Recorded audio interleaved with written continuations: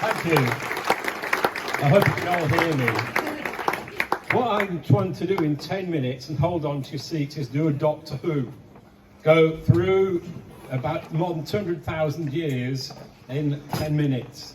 So hold on to your seats. And I hope by the end of this you realise why we need a heritage centre or museum in Pocklington, hence the title.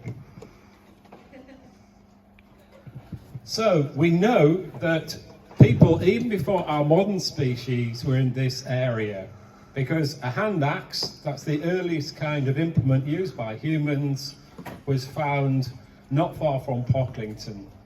It was recorded very quickly, and we haven't got it in the collection yet, but that might be 200,000 years old.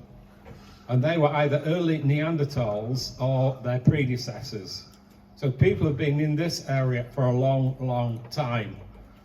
More recently, we've got hunter-gatherers from the Mesolithic and Middle Stone Age, and these tiny little flints here, found at Everingham many years ago in the 1960s, could be fitted onto a wooden handle, and these are modern humans, just like us basically, but still reliant on hunting. And some of the animals they hunted, well, believe it or not, down Sherbert Gate, there was one of these lurking around. That's an aurochs, or wild ox.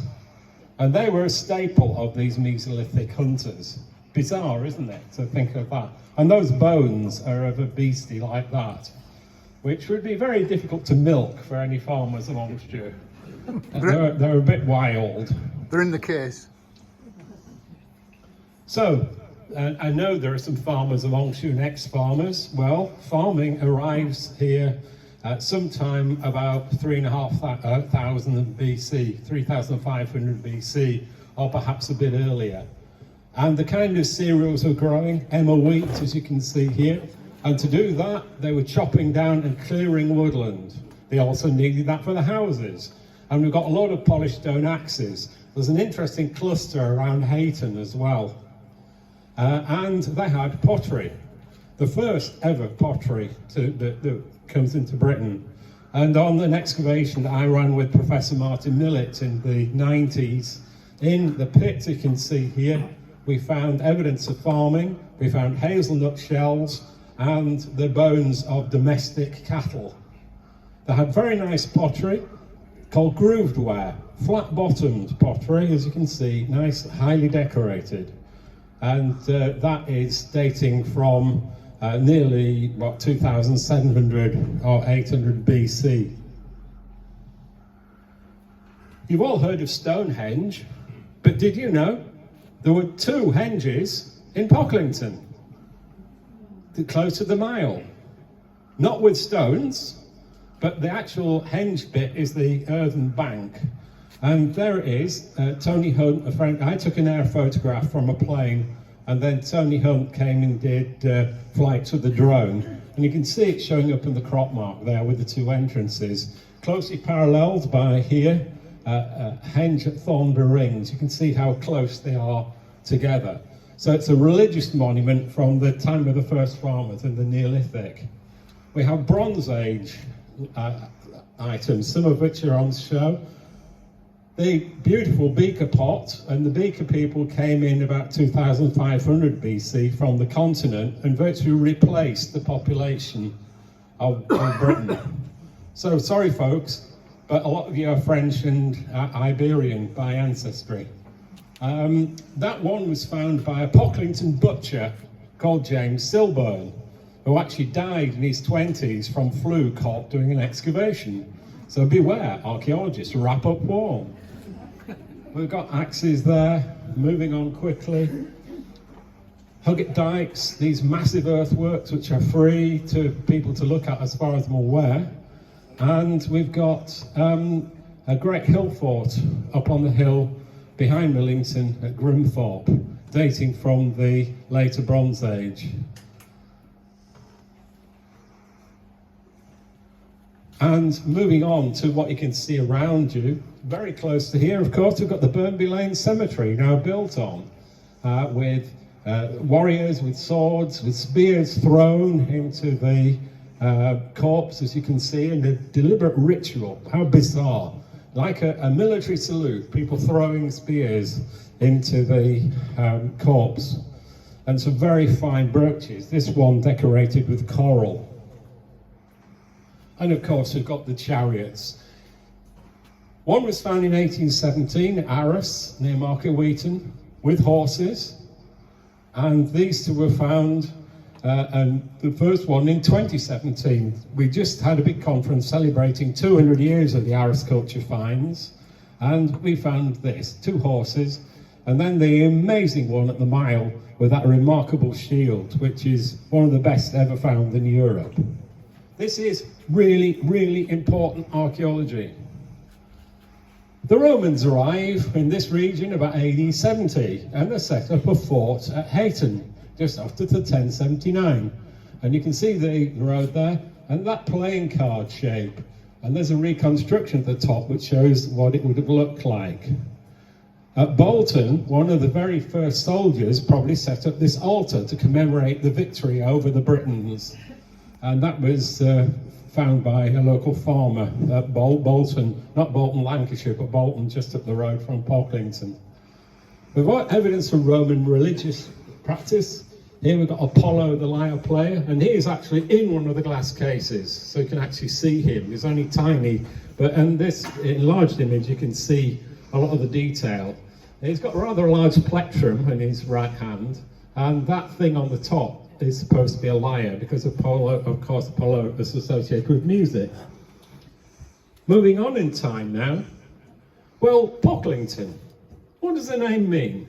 Probably Pokeller's farm. Little evidence was found about the Anglo-Saxons around in this area until fairly recently.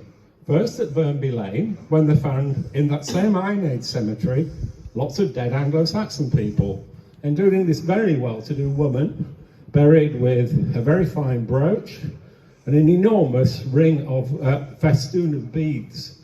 And some of the little white dots you can see are the glass beads around the neck. She must have been dressed in all the finery to go to the next world. I mentioned Pokeller's farm. Well, there it is. The excavation on the Mile was originally designed to look at the Anglo-Saxon village.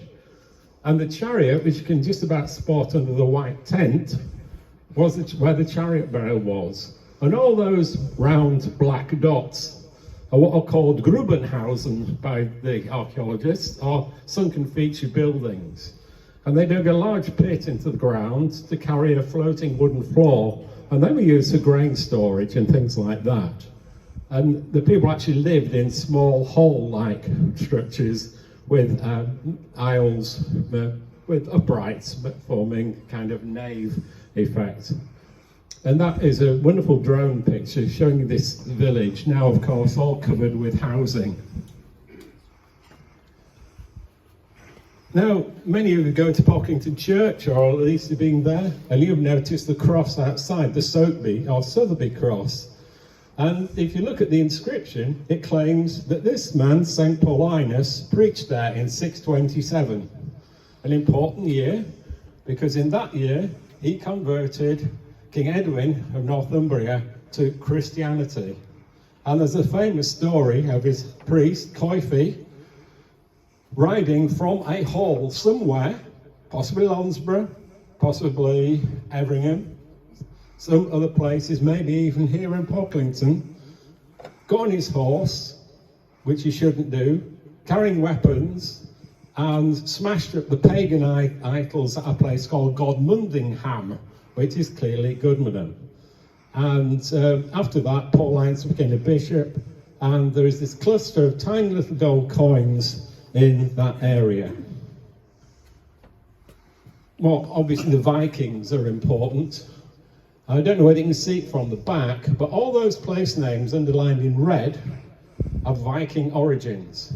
Any place called By, or Bu, as it would be in Scandinavia, or Thorpe, or Gate, or Beck, or Kirk, all those are Viking words. And I remember as a kid, Frank Watson, our foreman down at Haslam, was using words like sleper, or slep, or lek, lark. Those are straight Scandinavian words. we have in Nunburnham, which is where I live, that wonderful cross. And although the first part's Anglo-Saxon, it's cut into with a right-hand side picture of Regin and Sigurd eating bits of the dragon Fafnir. And the story goes that Sigurd got burnt, stuck his thumb in his mouth, the blood of the dragon was on it, and he understood the language of the birds. Now, above that is the priest saying Mass. So the Vikings had put blood of Christ and the blood of this dragon together, probably as part of a conversion idea, because Sigurd knew that Regin was going to kill him, so he took preemptive strike, having heard what the birds were going to say. And exactly the same scene appears at Hillstatt Stave Church. They took the church portal down, and it's now in the Culture Historic Museum in Oslo. We're not far from one of the most famous battles in British history at Stamford Bridge, and on display we've got amazing items, a Viking axe. These are really rare, and there are two in that display case, one from Dunnington, one from Fanfoss. Were these dropped by soldiers on the way to the end of the Viking era at Stamford Bridge? We've got trefoil brooch there, very Scandinavian. So I hope in this very quick journey you've seen why we need a heritage centre in Pocklington, because most of those items you would be able to see on display. So please sign the petition and enjoy the rest of the evening. The academic bit's now over.